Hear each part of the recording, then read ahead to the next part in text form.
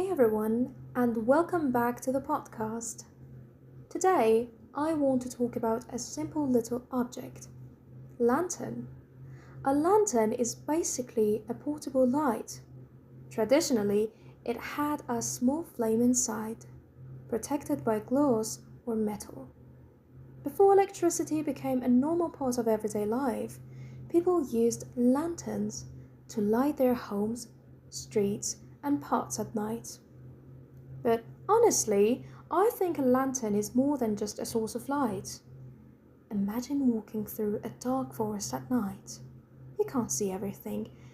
You can't see very far ahead of you. Everything around you is dark. And then you light a lantern. Suddenly, you can see a few steps in front of you.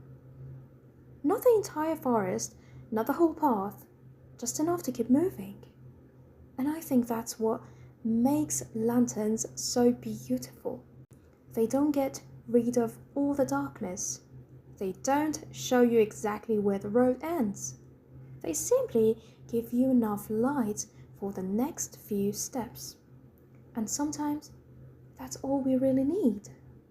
The word lantern is also connected with ideas like hope, guidance, and finding your way.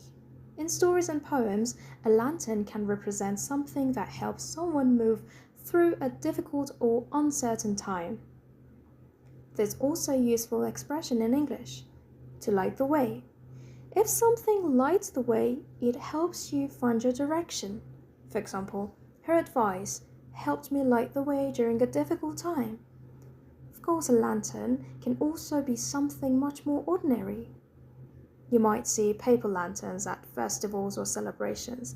They're often used as decorations and they can create a really warm and magical atmosphere. But I think the idea of a lantern is beautiful because it works as a metaphor too.